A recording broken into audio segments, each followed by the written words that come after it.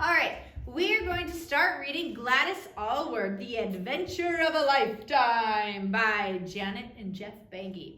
Chapter 1 is titled, Back Up the Tracks.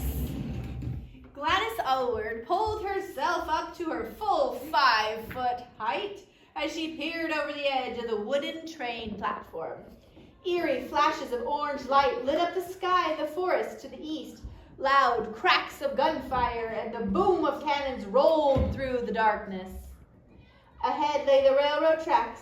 Even though the train had rumbled down them less than an hour ago, they were already covered with the powdery snow that continued to fall, blanketing everything. Gladys pulled her fur coat tight around her and shuddered. She didn't want to step off the platform and begin her trek, but she had no choice. The only reason she had no choice now was that she had refused to get off the train earlier when asked to, and the frustrated conductor had allowed her to stay on board as the train wound its way through the Siberian forest. Now Gladys chided herself for being so stubborn and not getting off the train in Cheetah, as everyone else had. But she thought that every mile traveled down the line was a mile closer to China. And it was, but it was also a mile traveled farther into a war zone. It had all looked so easy back in Muller's shipping agency in Haymarket, London, where the clerk had traced out the route on a map. Over the English Channel by boat from Hull, he had said, board the train in The Hague, Holland, and overland through Germany, Poland, Russia, Siberia, and on to Tientsin in China. Gladys frowned. As easy as he had made it sound at the time, the clerk had also mentioned that there was a war going on in Siberia, but to Gladys, then 28 years old, it seemed an unimportant detail in the grand scheme of getting herself to China.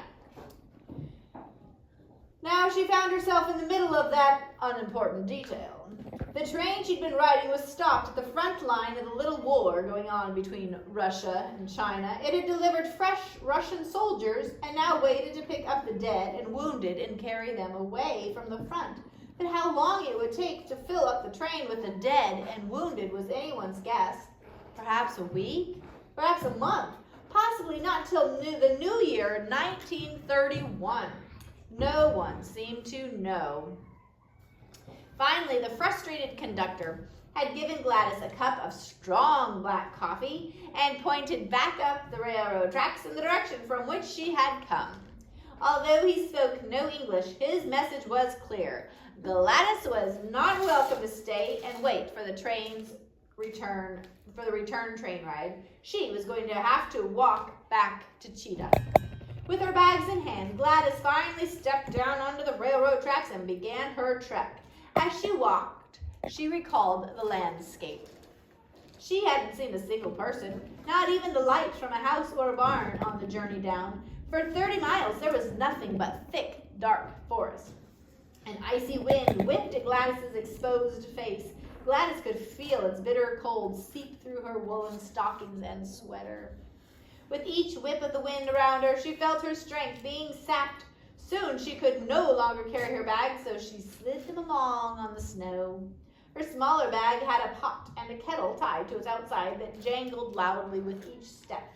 Gladys had been stumbling along for about an hour when she realized that the orange glow of cannon fire was no longer on the horizon. Even though she'd been at the front line, the thought of people being nearby had been strangely comforting. Now she was completely alone in the vast Siberian wilderness, trudging along snow-covered train tracks. Every so often, a large clump of snow slipped off a tree limb and landed with a loud thud. Gladys would stop and peer into the dark shadows of the forest and wonder whether it was the sound of a bear or a wolf nearby. Such animals were out there, and a lone woman in the forest at night was easy prey for them. Gladys began wondering whether she would actually make it back to Cheetah, or whether the bitter cold or a wild beast would claim her first. But she had to make it back. She had things to do in China. God had called her there. Surely he wouldn't let her die in the snow in the Siberian forest. Slowly, Gladys shuffled on up the tracks. The hours folded one into another. Her feet became numb, and she began dragging and sliding them along just as she did her 2 suitcases. But stubborn as she was, Gladys finally had to admit she was totally exhausted. What should she do? If she stopped, she could make herself some hot coffee and eat a stale cookie. But would she be able to go on after that? She'd heard stories of people who, when trapped in the cold and snow, had become so exhausted that they calmly sat down and froze to death. Gladys was scared of that happening to her, yet she knew that if she kept going, in the end she would fall face down in the snow. Then, with nothing warm in her stomach, she would not have the energy to get up again. Finally, she could no longer resist the lure of a stale cookie and a hot cup of coffee. She scooped away the snow until she felt one of the wooden railroad ties beneath it. With both hands, she took her small spirit stove from her bag, set it down on the tie, and tried to light it. Her fingers were so thick and numb that it took her 4 fumbled attempts before a yellow-blue flame finally began to glow from the stove. Gladys placed some snow into the kettle and set the kettle on the stove to melt and boil the snow. With a cookie and hot coffee inside her, Gladys felt even more tired, but she dared not sleep in this frozen wasteland. In the end, though, she gave in, but she promised herself that she would sleep for only a little while.